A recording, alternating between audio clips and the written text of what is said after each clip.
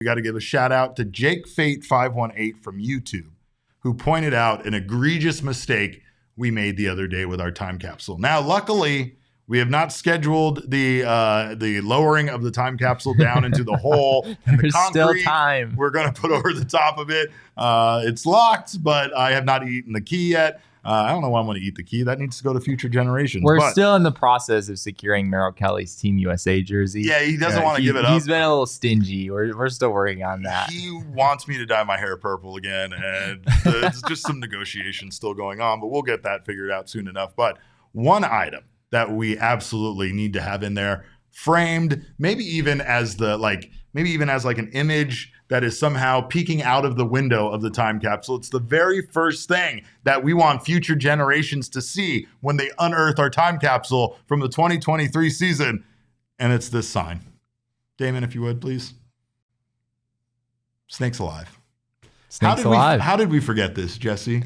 I don't know. We were in here racking our brains for like 3 hours trying to remember everything. Every item, every physical item. I slept like 2 hours every night, the entire month of October. Yeah. So I think my memory of everything is all messed up at this point. But yes, we absolutely need the Snakes Alive sign in our time capsule. The backstory with the Snakes Alive sign: Diamondbacks down 2-0 in the NLCS. Their backs against the wall, coming home to play at Chase Field, trying to find their way into the World Series.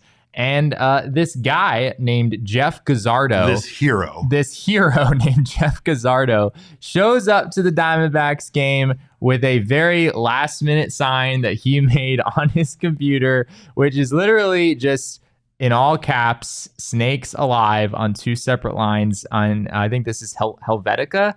Is that how we pronounce the name of that Helvetica font? Yeah. Is the most standard font on Pages if you have a Mac. Yeah. He just types it out on his computer, prints it out. It's not centered. It's definitely not centered like horizontally. I don't know. That sign is the perfect metaphor for the Arizona Diamondbacks. It kind of turned out to be. You take a look at that and you think there's not a lot there. There's not a lot to be concerned with. Did they even put in an effort? But little did you know how much effort that man made in making sure that he printed up that sign on his computer. Simple? Sure. That man is a connected man with his sign who decided to make sure that he had something, a piece of anything. Like he could have maybe if he had more time, he could have put work into a bigger sign than maybe he did by hand. Maybe he could have put some color into it. That was the fascinating thing, though. There was an article written by Sam Blum of The Athletic who did the Lord's work and went out and found Jeff Gazzardo and was able to interview him and get the full backstory here. It's an incredible story over at The Athletic if you haven't read it already.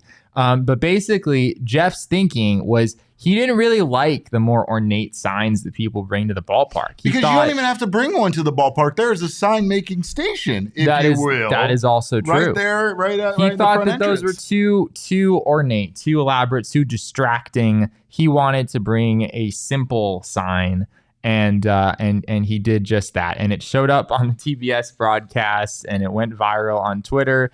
And John Boy made a shirt of it. John Boy made a shirt. The Diamondbacks printed out a bunch of them and put them on random seats in the ballpark. Which for then Game made 4. people call us a poverty franchise, I think. That might have giveaway item. And then it was on the video board before every single playoff game from that point forward. I don't remember exactly which game they started this. But soon after, they had Snakes Alive as like the very last thing that would show on the screen before games would start, and everyone in the stands would go crazy, and it became a rallying cry for the Diamondbacks as they found their way into the World Series. It wasn't a matter of time. It wasn't a matter of he didn't have the effort. He's not artistic enough. No. He didn't want that sign to be seen on TV. Yeah. He didn't want shirts to be made of it. He just wanted the Diamondbacks players to look over, see him there by the net, and know Snakes alive. We alive, and we outside. That was an incredible miss on our part. I feel like... Yeah, I'm ashamed. I feel like all of our hard work during the postseason has just been flushed down the toilet due to the fact that we missed putting that in our time capsule. And we'd like to thank Jake Fate 518 again for pointing out our egregious error.